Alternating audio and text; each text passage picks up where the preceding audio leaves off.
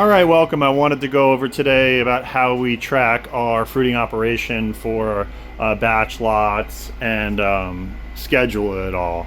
So we use these signs here, and it's all dry erase and laminated, and then we have a magnet that holds it on there, and it'll actually go to fruiting as well. But we do the inoculation date, the strain, target fruiting date. This is Julian date, right? And then what day it actually went in on. And then a lot of them have yield is what we've been doing. So that was the first generation. This is the next one. So we have the date, the yields, so then we can figure, and we do the Julian date again. So we can figure out how long it is throughout all the steps. And then we've been logging this when we're done in a book or on a spreadsheet. So that's the paper that we use. And then additionally, we use a board over here. So we got approximate times for everything, and we'll adjust it to, like, depending on the temperature, even like summer, winter, it's slower and faster for fruiting. So we have to time things a little bit differently. We got our decoder over here for all our different strains that we're running. And then and that's for the gun, right? I didn't mention that we also do, where are they? Labels, these guys, right? So it's the strain, the generation of spawn, and then Julian date and employee number. So that's how we break that down.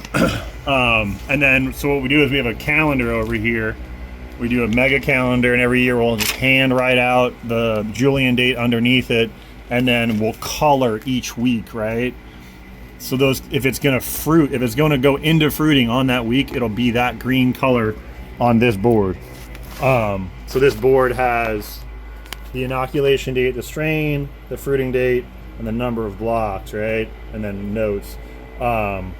Usually we're doing it a lot bigger, but Seth is doing it smaller. But basically, you can see that this is all going in the same week. This is all going in the same week on those same fruiting days, right? Same thing here. So now you can kind of see, like, how many blocks are going in that week. Yada yada, and you can kind of get an idea of because some things you have to, some things have 12 days colonization time, some things have 30 days colonization time, but you don't want it all to hit at the same time. This kind of allows us to balance that, right? Right now we're growing about 250 pounds, 300 pounds a week. We're selling about 200, and then we're processing the other 100. But I wanted to talk about the shiitake too, so the way we manage them. You can see they are on a couple racks around here. These ones are pretty much ready to go. That's what you're looking for, is a nice brown, nice and browned and popcorned up. This is the popcorning happening a little bit earlier stage, right?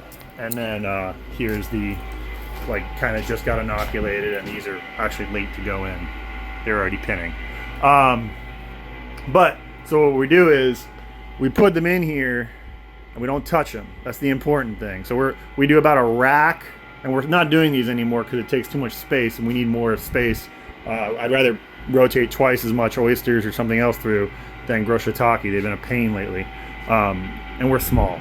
So what we do is, what we've been doing is inoculating half the rack, and then the other half the rack, like, later in the month. So every month gets a full rack, and then you rotate them in. So, like, for instance, these, we probably need to start fruiting this level, and then the following week we'll fruit that level, and the following week we'll fruit that level, right? We also sell some blocks too, so we do sell some shiitake blocks to another grower.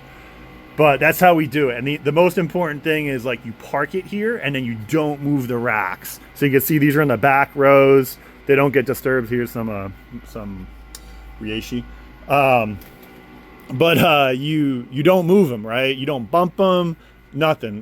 You don't move them to mop underneath or nothing, because even doing that will make them all pin. So once they get parked here, that's it. They sit there, and then we pull off the rack, right? Whereas these racks, they'll move, right? We'll take this and roll it off to fruiting, and then, transfer it onto a fruiting rack over there. But we don't do that with the shiitake. It always stays parked in these locations. But as I said, what you see is the last of our shiitake that we're going to grow, unless we get more incubation space. But yeah, that's how we manage it all. And then you can kind of see it's a forward moving setup, very similar to what I did in El Paso, where like I literally had my whole incubation in a tunnel. But yeah, basically the freshly inoculated stuff will go here, and then as stuff goes to fruiting, it'll move this way, and it's kind of a conveyor belt or a assembly line if you have it. So yeah, like these are ready to go in, they're going in tomorrow. So yeah, I just kind of wanted to go over that, kind of give you an idea of how we manage it all, how we do the paperwork. That's some maitake we got that's just pinning right now. Should be going in probably this week. Definitely getting there. We grow a little bit of maitake. But yeah, I realized I haven't really talked much about the incubation. Besides that, yeah, we got an air conditioner going, fan. I also got a little dehumidifier and another fan and another fan. And yeah, and if we get more blocks in here, we're probably gonna need 1 or 2 more fans. That's probably the most important thing. That and spacing the bags out, making sure they're not touching each other, and proper airflow and good circulation and all that. So yeah, just rambling on about this. But yeah, this is our incubation. It's a 20 by 20 approximately. So, and yeah, like we're doing about 300 pounds a week out of it. So I hope to get that number up a little bit more, but right now we need more incubation space. So no more shiitake. So all right, take it easy, keep on mushrooming.